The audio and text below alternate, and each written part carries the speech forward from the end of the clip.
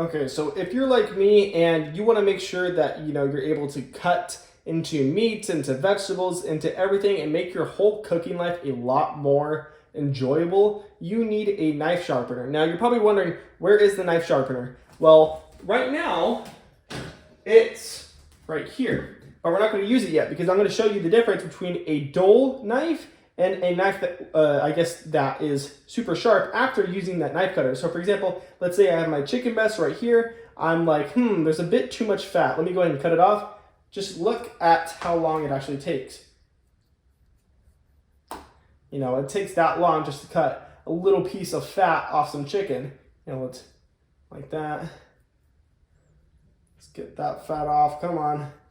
Taking a bit. It's taking a bit. All that just for that little piece of fat from that chicken.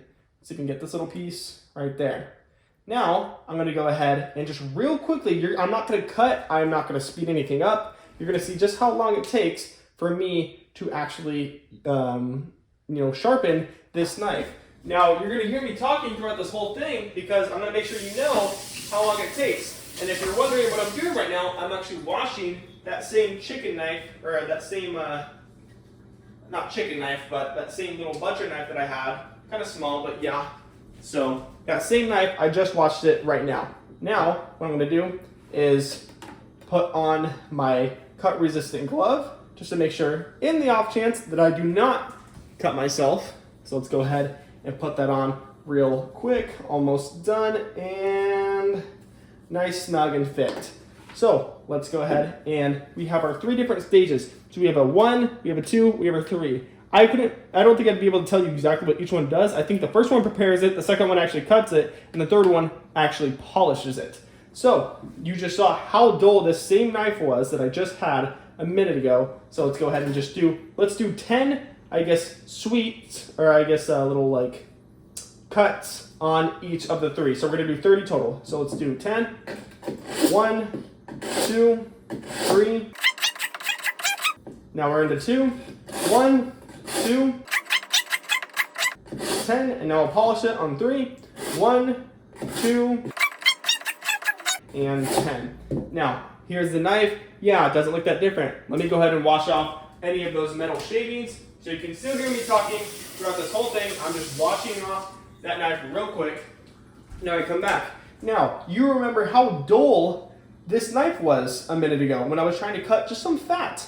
Not even the chicken breast itself, just some fat off the chicken. But you can see we have this super big lard right here. Let's go and cut it. Just like that. Super easy. Some fat right here. Let's go ahead and cut it away from me. Just like that. No, like, I'm not even pushing hard at all. Little piece of fat. Let's go ahead and cut it. Just like that. And just so you can give me an idea, let's even cut the whole chicken breast. Let's go.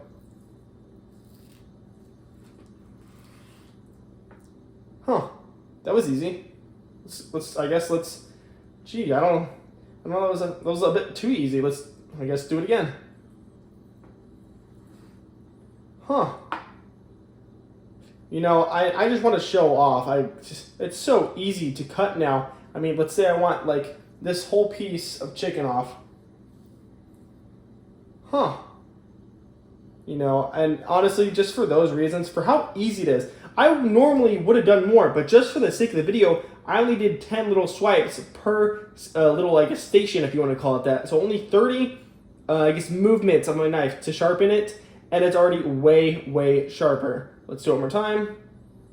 1, 2, 3, 4. To cut through a whole chicken breast. That's that size. So for all those reasons, I would recommend.